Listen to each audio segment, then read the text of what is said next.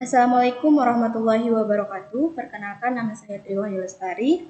Jurusan saya Teknik Informatika, NPM saya 2101278.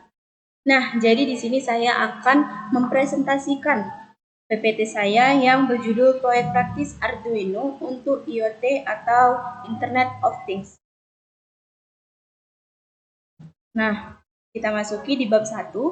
Pertama, pengenalan dasar tentang Arduino. Arduino adalah platform open source yang terdiri dari hardware dan juga software, yang mana sangat sederhana dan mudah untuk digunakan. Nah, jadi singkatnya untuk Arduino ini bisa membaca data sensor dan komponen kontrol seperti lampu, motor, termostat, dan pintu garasi Anda terutama dikembangkan untuk tujuan pembuatan prototip.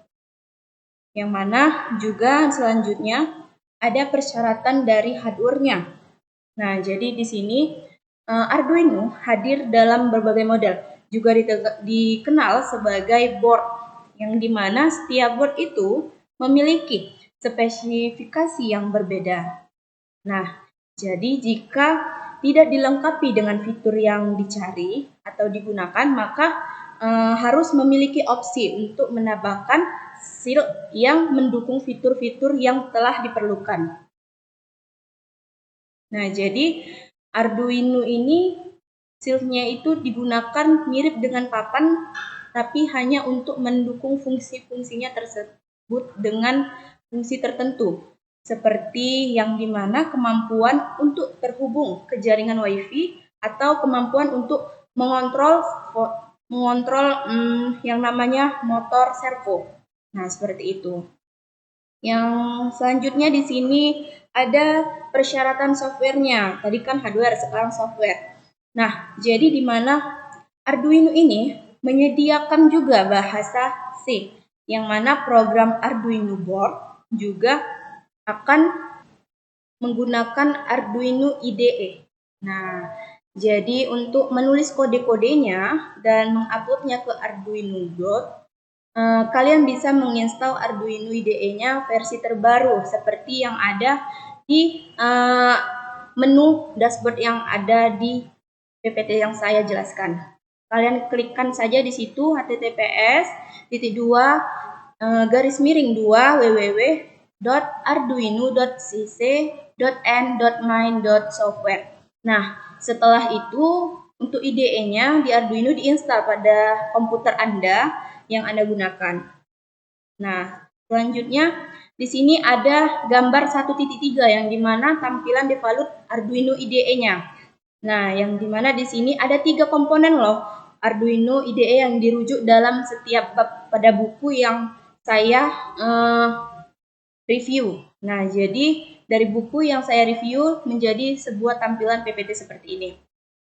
Yang dimana di sebelah kiri saya di sini ada gambarnya dari tampilan default Arduino IDE-nya. Selanjutnya pada gambar 1.4-nya ada toolbar yang menyediakan akses mudah ke opsi yang sering digunakan. Selanjutnya di sini ada beberapa penjelasan mengenai tampilan yang tadi. Ada verify atau compile, ada upload, ada new, open atau save, ada serial ataupun monitor. Yang dimana sedikit penjelasan dari saya, untuk verify ini adalah tombol pertama dari kiri ataupun yang centangnya tadi. Nah, itu untuk memverifikasi kode yang benar. Nah, seperti itu untuk melihat hasil di jendela status di bagian bawahnya. Yang kedua ada upload. Nah, yang di-upload ini adalah tombol kedua di sebelah kiri, yang mana pada tombol itu ada gambar panah penunjuk kanan. Nah, jika Arduino board itu sudah terhubung ke komputer Anda yang sedang dijalankan nih untuk Arduino IDE-nya, maka dia akan menguploadkan kode di Arduino board-nya. Nah, kalian bisa melihat hasil penerapan di jendela status di bagian bawahnya. Selanjutnya ada new, open, ataupun save.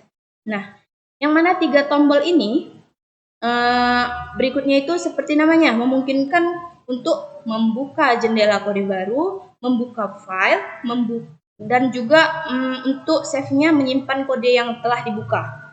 Nah, jadi file Arduino-nya itu memiliki ekstensinya masing-masing. Dan terakhir di sini ada serial ataupun monitor.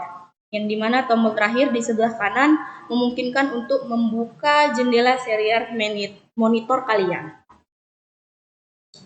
Selanjutnya di sini ada referensi bahasa pemrograman Arduino-nya, yang dimana penjelasan sedikit pemrograman Arduino ini memiliki beberapa konstruksi. Namun ada dapat menjelajahinya bahasa lengkapnya itu di tampilan HTTP yang tadi sebelumnya. Nah, jadi diketikkan saja di webnya seperti ini di https www.arduino.cc referensi. Nah, setelah itu di sini juga Arduino IDE juga menyediakan interface yang sangat sederhana dan bersih untuk menuliskan kode-kodenya tersebut. Biasanya tersusun dalam 3 bagian. Yang pertama, external libraries. Apa sih itu?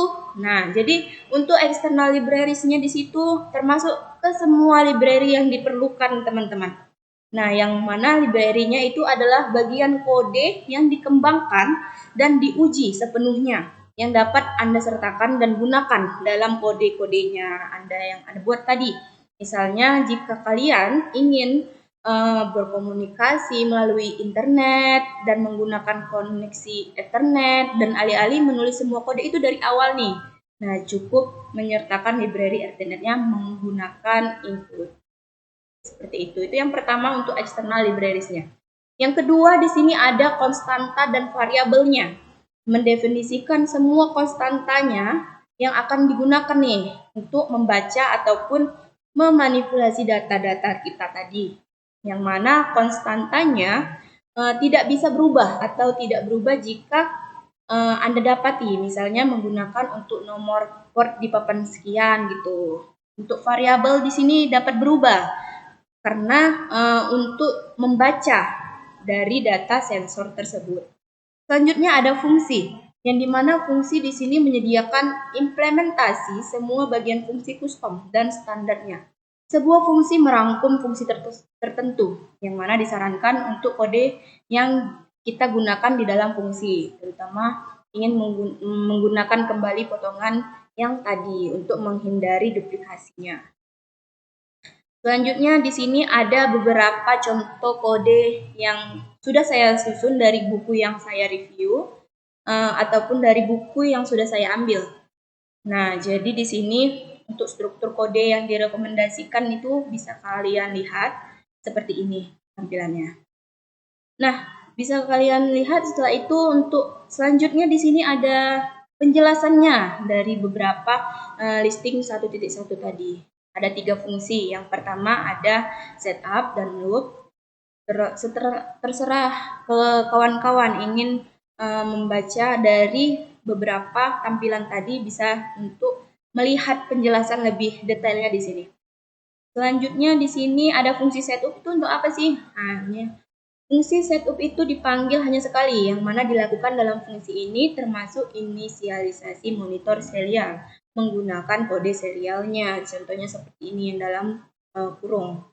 Untuk fungsi loop di sini seperti namanya berjalannya dalam loop berkelanjutan, yang mana untuk membaca data sensor yang dapat dilakukan dalam fungsinya. Yang terakhir ada untuk print message dan selanjutnya di sini ada eksekusi kode Arduino. Yang mana di sini untuk eksekusi kode Arduino di sini menggunakan kabel USB bisa disertakan dengan Arduino kita, lalu dihubungkan Arduino-nya ke komputer yang telah kita jalankan. Yang menjalankannya itu menggunakan Arduino IDE-nya. Setelah terhubung selanjutnya akan seperti gambar di sini. Nah, jadi ini penjelasannya tadi yang di sebelah. Ini adalah tampilan dari gambarnya gitu untuk board yang Arduino Uno. Selanjutnya di sini juga kalian harus memilih port yang akan digunakan nih untuk mengupload kode seperti yang ditunjuk pada gambar 1.8 ini. Dari terus lalu diklik yang portnya seperti itu. Menggunakan USB juga bisa di komputer kita. Nah, yang terakhir di sini klik tombol upload ataupun juga open jendela serial monitor, di mana dipilih dalam tarik turun serial monitor sama dengan nilai yang ditetapkan dalam fungsi serialnya. Pada gambar 1.9 yaitu pesan long dari kode di jendela serial monitor. Nah, ringkasannya dalam bab ini adalah mempelajari dasar-dasar hardware dan software Arduino dan juga mempelajari konstruksi kode umum dari bahasa pemrograman Arduino yang akan digunakan di seluruh pada buku yang ada tertera di bawah ini. Nah, untuk bab pertama tadi sudah selesai, masuk ke bab 2-nya. Untuk konektivitas internet, semua perangkat IoT itu memerlukan mekanisme untuk mengirim atau menerima data, yang mana opsinya itu bergantung pada berbagai faktor seperti skala ukuran, jumlah data, lokasi fisiknya. Nah, untuk pada tabel 2.1 ini adalah opsi konektivitas internet untuk perangkat IoT. Nah, di sini di sebelah kiri ada wire-nya atau Ethernet. Di sini opsinya, baru contohnya seperti ini. Bisa kawan-kawan baca. Nah, di sini ada konektivitas kabel Arduino Uno ataupun Ethernet. Nah, pada bab ini bisa kalian lihat pada gambar 2.1 hardware yang diperlukan untuk koneksi internal kabelnya. Yang selanjutnya software yang diperlukan. Yang mana yang pertama Arduino IDE yang ada di sirkuitnya akan membangun sirkuit yang diperlukan untuk konektivitas internet menggunakan Ethernet. Nah, ini adalah kode Arduino-nya yang mana untuk terhubung secara fisik ke Ethernet-nya yang dibagi menjadi 3 bagian. Ada library eksternal, konektivitas internet, dan juga yang terakhir ada fungsi standarnya. Nah, ini adalah penjelasannya dari kode yang library eksternal itu bisa dilihat di sini. Nah, konektivitas internet yang kedua, yang mana untuk variabel konstanta, yang fungsinya akan digunakan untuk menghubungkan ke internetnya. Yang terakhir ada Wi-Fi ataupun YUN, yang mana di sini menggunakan Arduino Uno secara keseluruhan, yang hanya disediakan sebagai referensi bagi pembaca. Nah, ringkasan pada bab 2-nya yaitu mengembangkan kode untuk menghubungkan Arduino ke internet menggunakan Ethernet Shell dan pelindung Wi-Fi. Juga bisa melihat pengaturan nirkabel yang ada pada kode yang diperlukan untuk mengakses koneksi internetnya. Nah, mungkin hanya itu penjelasannya untuk mengenai judul yang tadi tentang Arduino Uno yang terhubung ke IoT, Internet of Things. Nah, jadi mungkin hanya itu. Setelah selesainya presentasi dari saya akhiri dengan Assalamualaikum warahmatullahi wabarakatuh.